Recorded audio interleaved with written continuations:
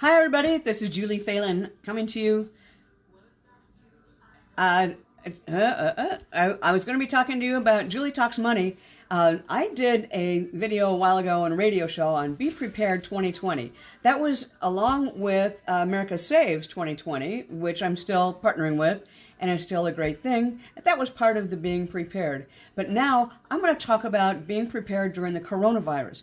None of us ever dreamed that we would be having something like this happening to us right now in our lifetime. And certainly when I did the Be Prepared 2020 videos, I really was not talking about this. I was just talking about being prepared for your financial life from this point forward, especially because we're looking at maybe some market correction or some recession, definitely in real estate.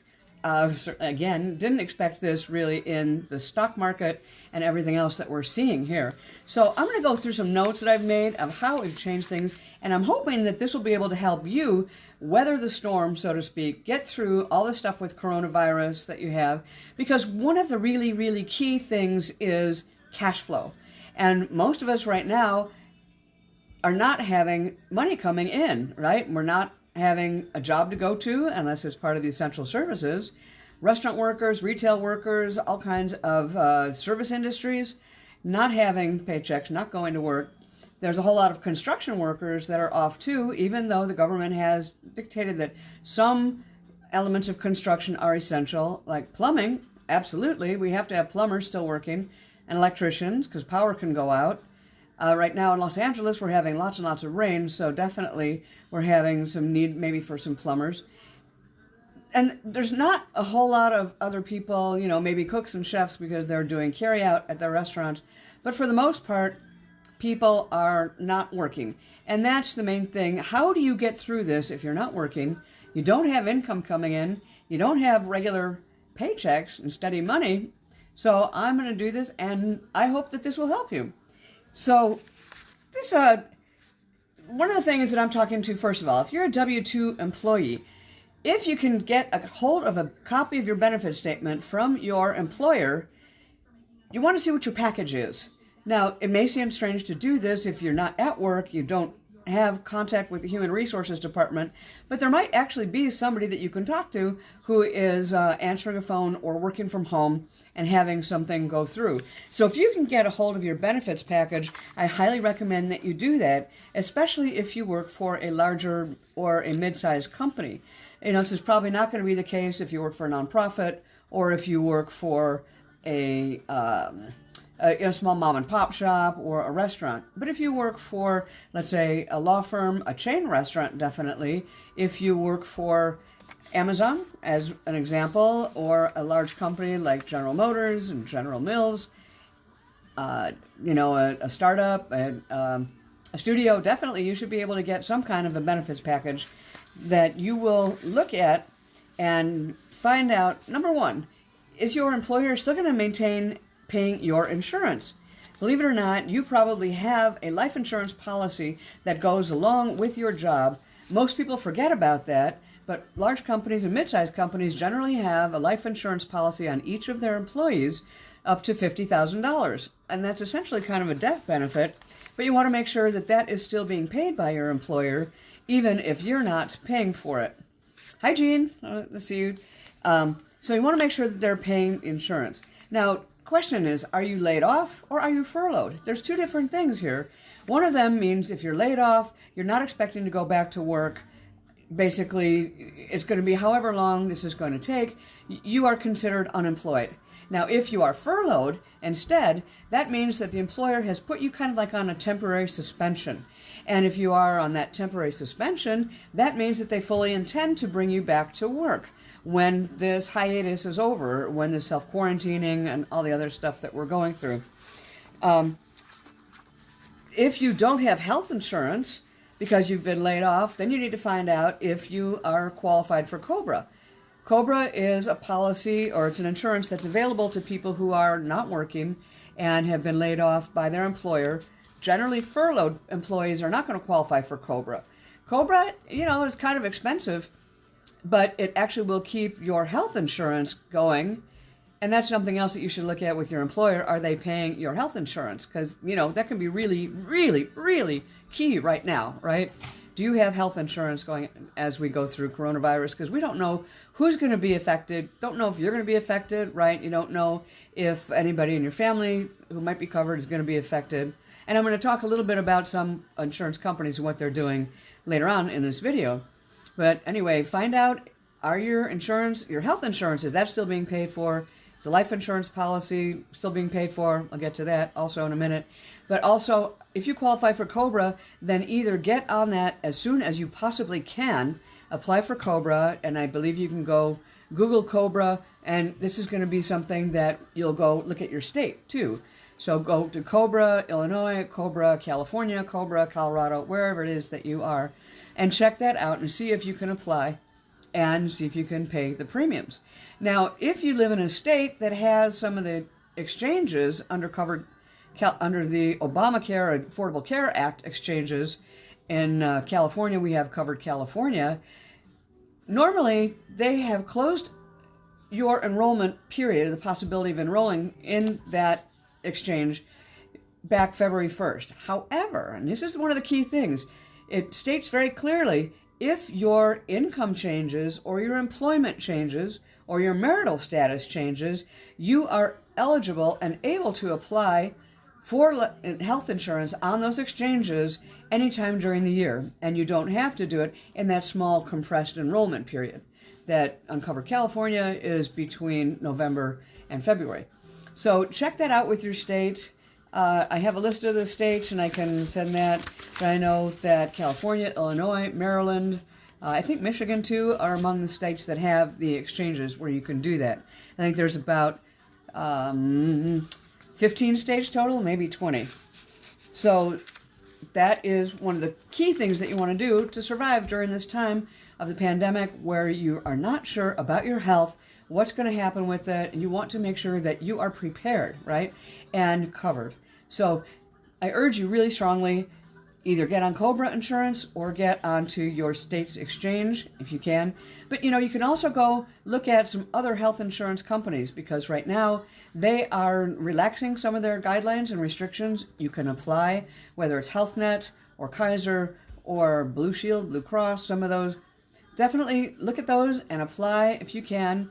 And the really neat thing about this is that most of the health insurance companies are waiving any deductibles or some treatment cost if you do in fact come down with COVID-19. So that's really an amazing benefit. But I'm going to go back to your employer now, and I want you, when you're still talking to that person who is the benefits administrator at your company, check on your 401k. Now, you should have a 401k that you're contributing to. You could have a self-directed or some other kind of IRA or Roth IRA of yourself, but most companies are going to offer you some sort of retirement plan, and a 401k, whether they do a match or not, is not pertinent right now. But if they're doing a match, that's great. See if they're still going to be doing a match while this is going on. Although if they're matching what you put in, they're probably not going to be matching if you're putting in nothing, right? I know it sounds silly, but that's what it is.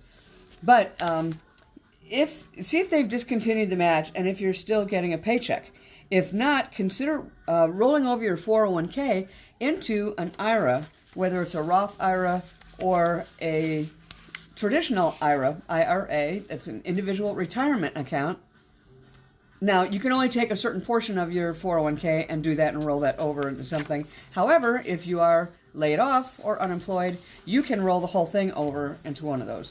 The important thing is that you still maintain a retirement account. You don't let it just kind of be floating up there with the benefits administrator from your company, but make sure that it is still intact.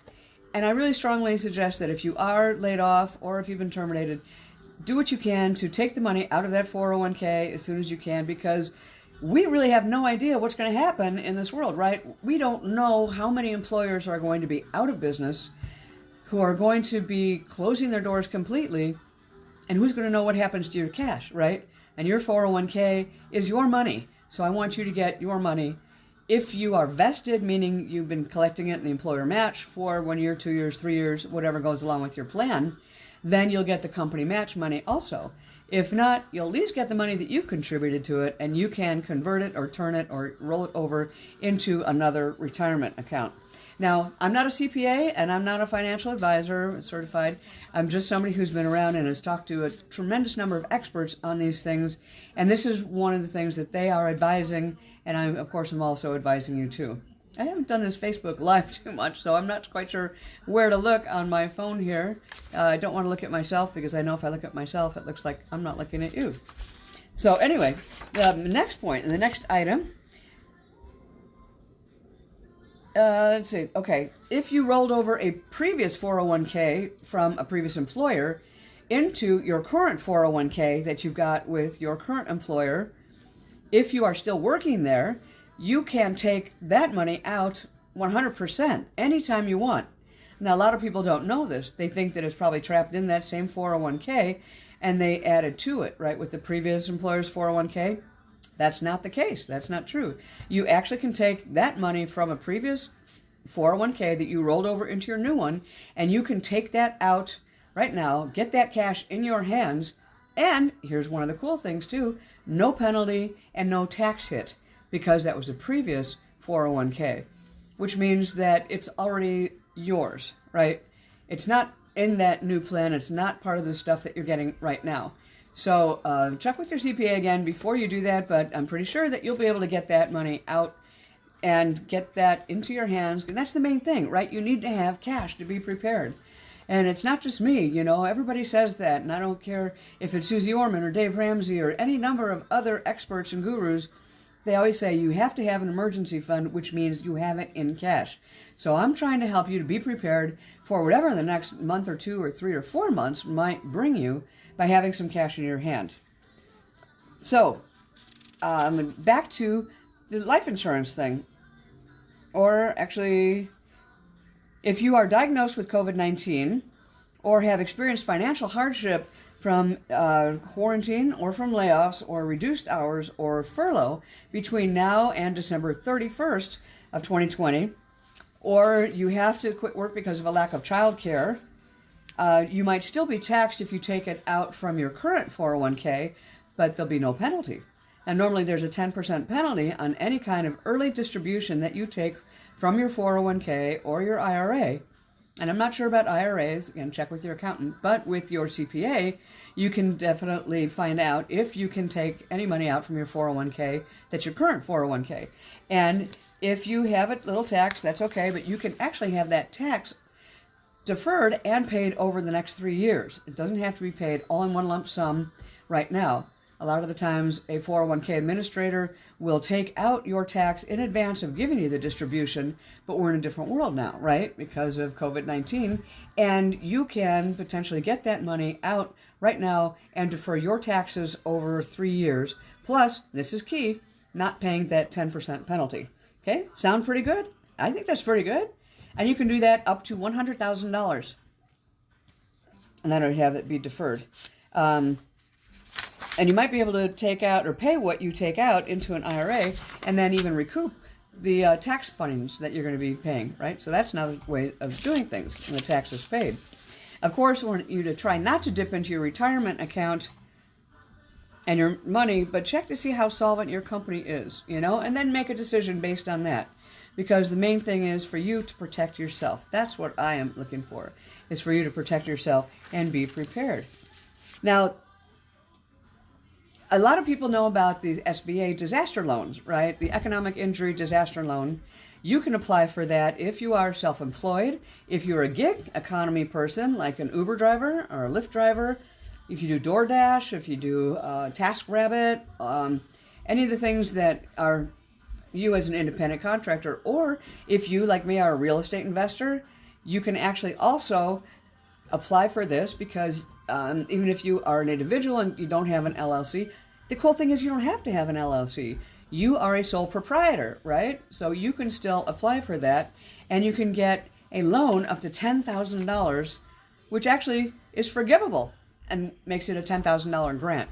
That's pretty cool, huh? You can have that and the $10,000 to keep you going and to keep yourself going. You can actually also apply for unemployment. Now, in the past, that was unheard of. Independent contractors and people who did not have an employer and a job and somebody who was paying into the unemployment insurance fund for your state, you couldn't claim unemployment. but now you can. But the cool thing is that this SBA loan, this disaster loan, again, it's called EIDL, Economic Injury Disaster Loan. Go to sbc.gov/EIDL, or I think you can go to sba.gov and then look up the disaster loan. You will find it. It's a very quick 2-page thing to fill out, or I think 3 pages. A lot of them are just check boxes, so it might take you 5 or 10 minutes to do it.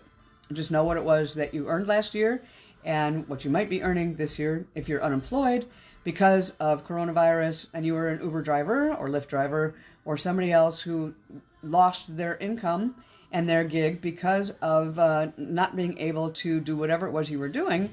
You can actually file for unemployment retroactive to January 27th. And that's pretty amazing in itself, right? Because that gives you an extra couple of weeks based on when it was that they started all the quarantining and stopping and shutting down businesses. Okay, so next thing, there's lots of information, lots of YouTubes and lots of webinars that you probably have seen. I have a dear friend, and she had one with her chief financial officer about doing that very thing and applying for the SBA disaster loan. Well, the cool thing, too, is that there's another thing called the PPP, which is Payroll Protection Program. That's another one that is under the CARES Act that was signed into law recently by the president, put together by the Congress for the $2 trillion. And I think it's maybe 500 million or 400 billion, that is going to employers. Now, this PPP is done through your local bank, and big banks are swamped. I know Chase right now still doesn't have anything in place because they're overwhelmed. It's kind of like during the recession in 2008 when banks didn't have departments for foreclosures and short sales, and then they had to hurry up and get them all done. So now they're doing that for this PPP program. Again, check with your accountant on this because he might really be able to help you with it. I suspect that most of you have not had an accountant call you to find out if you need some help on this. But you want to check into it. Check again on the SBA.gov website, and you can find out about how you can get anywhere between $20,000 and $2 million for your company to cover payroll, your utilities, your rent for your office, your cable. You have to have a telephone if you have an office, parking, whatever it is, because that's probably not going to go away. There's a lot of different things that you have as an expense that you probably are aware of, or maybe you're not. This is going to be looked at compared to your Schedule C from your tax return.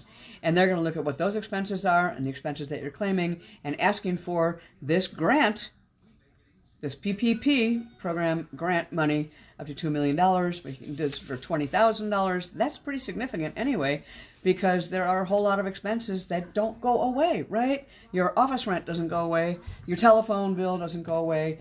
Your employees, if you're paying health insurance, that's not going away. Check into that. We're going to do that, especially for the self-employed. Definitely file for unemployment as well. So you're not going to be able to really do the PPP. You're going to be looking at the disaster loan, and unemployment. Now, again, I'm going to go back real quickly to that term life insurance policy that I talked about. You can have it up to $50,000, and that is something that you might be able to tap into, too, because it's term life.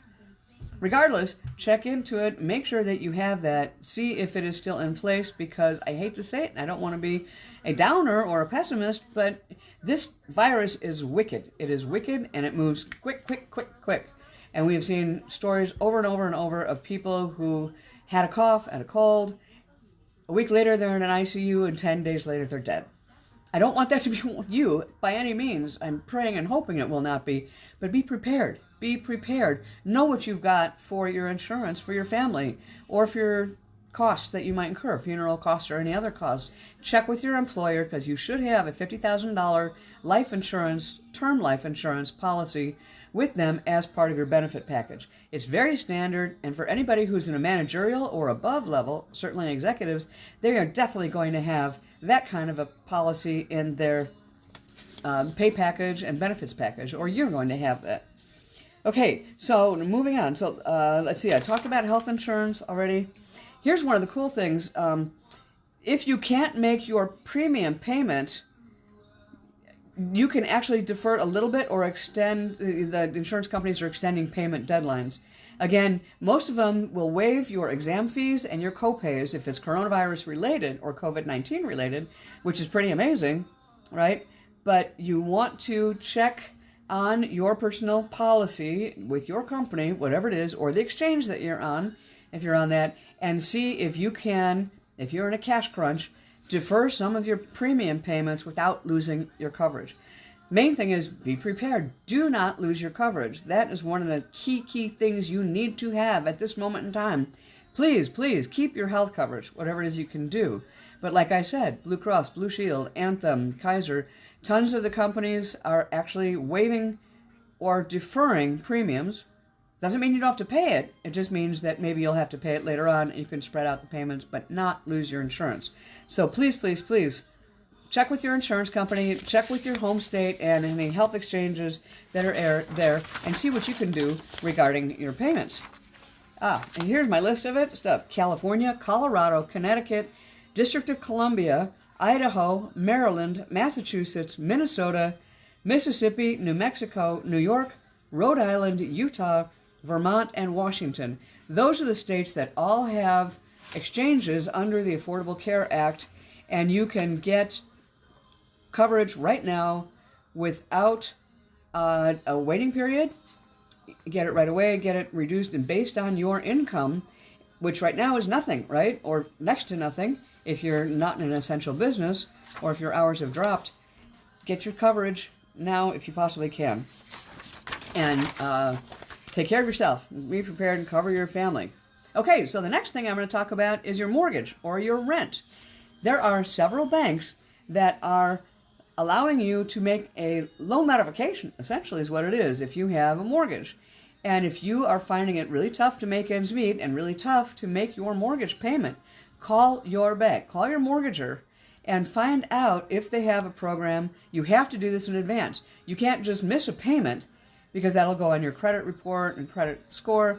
Yes, there's a foreclosure forbearance, which means that there's a whole lot of companies, and the government has said that banks are not going to be allowed to evict or foreclose on people during this period of the coronavirus, but we don't know how many months that's going to be. And here's the kicker: that only applies to Fannie Mae and Freddie Mac loans. I think it applies to VA loans also, but I'm not so sure it applies to USDA loans, and it definitely does not apply to any hard money loans. So if you're an investor and you have a hard money loan out there, you're not going to have your payments deferred. You're not going to be able to usually to make a loan modification. Those lenders can still foreclose however they want to, right?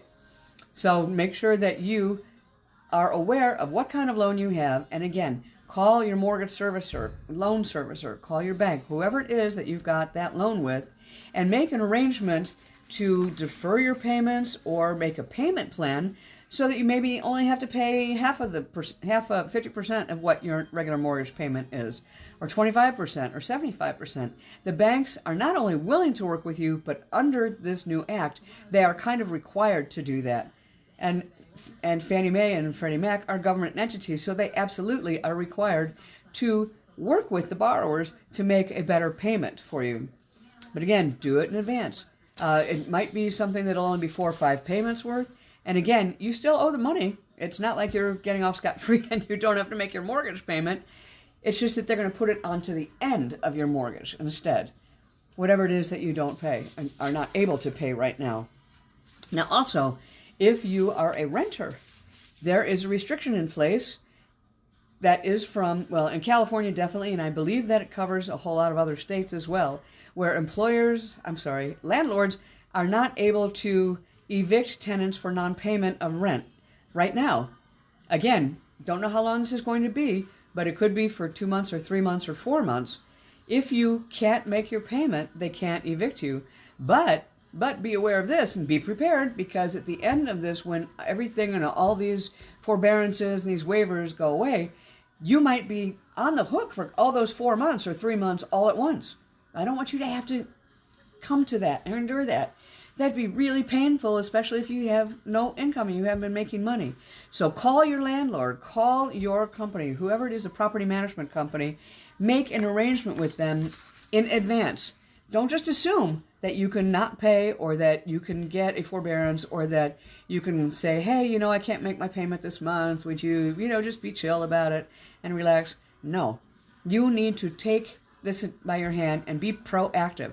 Call your property management company, call your landlord, make sure that you tell them that you are aware of the restriction that they cannot evict you during this whole coronavirus thing for non-payment of rent or less than payment of rent, and then make a plan with them, okay? Please be prepared so you still have a place to live. Just remember, you need to document this, document the conversations, and when it is that you talk to the landlord and know that you still have to pay your full rent after this order is lifted. Now next, if you're out of a job, there's no shame in applying for food stamps. In California, and I think in other places it's called SNAP, which is a SNAP Fresh Food Program. Definitely apply for that, or WIC, W-I-C. Lots of states like Illinois, Massachusetts, California, they have these programs. And if you want to keep food on your table, you know, and you can't afford to go buy it, then go ahead and apply for the food stamps. Yes, they're overwhelmed. Yes, there's so many applications that these organizations, these governmental organizations are getting. But you know what? You pay your taxes so that you are also helping to support these social services and these benefits. These are not entitlements unless you want to call it an entitlement that, yes, you've paid taxes into it for the long time, so you are entitled to take advantage of those programs if you need to. So it's pretty easy. Go online to your state and to SNAP or food stamps or WIC, which is food for families with children, and check it out and apply. It's actually pretty quick. What you will get in the mail is a card that's like a debit card. You use it at the grocery store just like you would your debit card, so nobody knows that you are using SNAP, right? And that it's a food stamp benefit that you have. Be prepared. Take care of your family. Take care of yourself. Don't let everything run out. And yes, you can buy toilet paper with SNAP too. With the living situation, just one last thing. Talk to your utility company, because the utility companies are also making arrangements with people, knowing that people are going to have a hard time paying their utility bill. And right now, we know that with the quarantine orders in place in most states in the country, people are online a lot longer. That's electricity, right? And you're on a lot later, and you're watching cable TV a lot longer and a lot later. All of that bumps up your electric bill, all right? It can bump up your electric bill significantly. You may not be thinking that or aware of that, but you need to be aware of it and be prepared for it. So how do you be prepared for it? Well, call your electric company. Call your cable company. Maybe cut back on some of your cable programs for right now until you can afford your package again. Because even though you might be home, really, do you need 200 channels? Maybe you can just get by with Netflix and Hulu and basic TV. It's up to you. It's your choice, of course, whatever it is you can afford. But definitely the electric company and your gas company, I want you to call them and see if you can make an arrangement with them to pay on time, or to basically, what they'll do is lower your monthly payment to a more affordable level. So if your electric bill is normally $100 a month, they may drop it to $50 a month, or maybe a little bit lower. Again, that's deferred to another time when you can pay it back, but you're not going to have to pay it all at once in a lump sum. You can, whatever this money is deferred, like if it's $50, then you have that $50 a month for 5 months. They defer, you owe them $250 in the future, right? But then in the future months, you can spread out that $250 bit by bit in each of your next payments.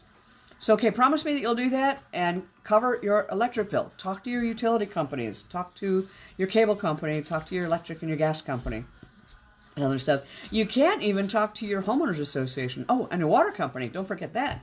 As a homeowner, you definitely are going to have higher water bills because everybody's going to be home all the time. That's more dishes, and that's more eating, and more showers, and more toilet flushings, and everything else. So be aware, those bills are going to go up.